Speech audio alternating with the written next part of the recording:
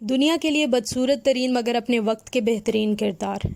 Lazy کو دنیا کی بدصورت ترین خاتون کہا گیا۔ اس پر لاکھوں میم بنائے گئے۔ اس کو یہاں تک کہا گیا کہ اتنی بدصورتی کے ساتھ جینے سے اچھا ہے مر جاؤ، مگر اس نے ہمت نہ ہاری اور گریجویشن کے بعد 3 کتابیں لکھ کر لاکھوں حسن والوں کے منہ بند کر ڈالے، اور پھر وہ دنیا کی بہترین موٹیویشنل اسپیکر میں سے ایک بن گئی اور مایوس افراد کو جینے کا ڈھنگ سکھانے والی بن گئی۔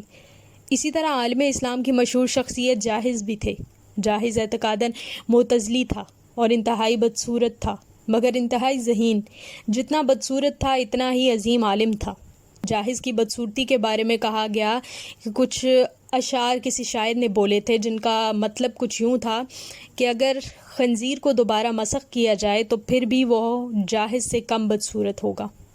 کسی نے جاحظ سے پوچھا، آپ کبھی شرمندہ ہوئے؟ کہا، ہاں، ایک بار کوئی بوڑھی عورت میرے پاس آئی اور کہا، مجھے آپ سے کچھ کام ہے، میرے ساتھ آئیں۔ میں چلا گیا۔ وہ مجھے ایک سونار کے پاس لے گئی اور سونار کے سامنے مجھے کھڑا کر کے چلی گئی۔ میں نے سونار سے پوچھا، میرے لائق کوئی حکم؟ کہنے لگا، یہ بوڑھی عورت مجھ سے تقاضا کر رہی تھی کہ میں اس کو شیطان کی مورتی بنا کر دوں۔ میں نے کہا، شیطان کو دیکھا نہیں میں نے، تو وہ کہتی ہے کہ میں لاتی ہوں، تم ویسی مورتی بنا دینا۔ پھر وہ آپ کو ساتھ لے آئی اور کہا، ایسا ہوتا ہے شیطان۔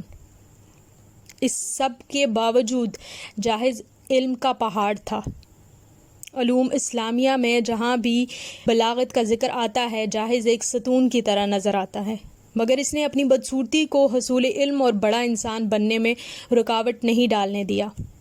2 مثالیں آپ کے سامنے پیش کی ہیں، ایک لیزی کی اور دوسری جاحظ کی، کہ اتنے بدصورت کہ کوئی ان کے پاس بھی نہ بیٹھے، نہ ان کو اپنے پاس بیٹھنے دے، مگر انہوں نے ایسا کمال کیا کہ لوگ ان سے ملنے کے محتاج ہو گئے۔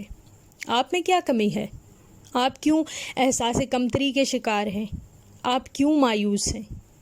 ہمت کریں، حوصلہ کریں اور دنیا کو اپنی مرضی کے مطابق چلائیں، اور یوں کہا کریں کہ ہم سے زمانہ خود ہے، زمانے سے ہم نہیں ہیں۔